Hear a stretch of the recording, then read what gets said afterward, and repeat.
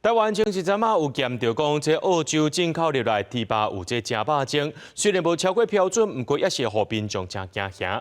消基会就做一份调查，发现台湾有9成民众会要意讲，家己是毋是去有买到这3肉精的肉品。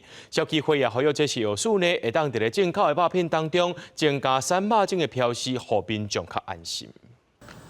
5月初有3批对澳洲进口来台湾的猪肉检验出来有内克多巴胺，也就是俗称的3肉精的一种药物，但是量比政府规定的标准0.01 ppm 更较低。是药师表示，因为无超标，也是决定放落去市场卖。不过也因为这批肉的老乡，政府无要公布，互消费者感觉心惊惊。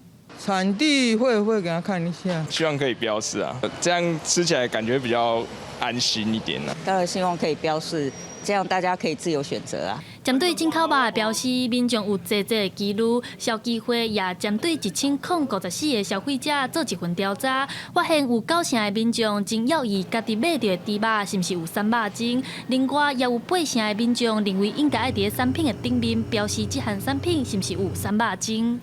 莱克多巴胺这个我们定了标准，我们就按照标准去走。但是在消费者来说，他怎么知道今天那个肉真的是安全？那就是要有标示。虽然卫福部长邱泰源已经承诺，未来边境抽检的比例会对20%提悬到50%，不过消基会认为安尼做法无顾虑到成本的效益，因为根据食药署对今年1月份到当的统计，目前进口到台湾的国家，就敢若澳洲有检验出3肉精。消基会建议食药署爱针对每一批澳洲猪肉拢得检验，才会当确保消费者的记录。记者陈亚轩、林秀凯台北报道。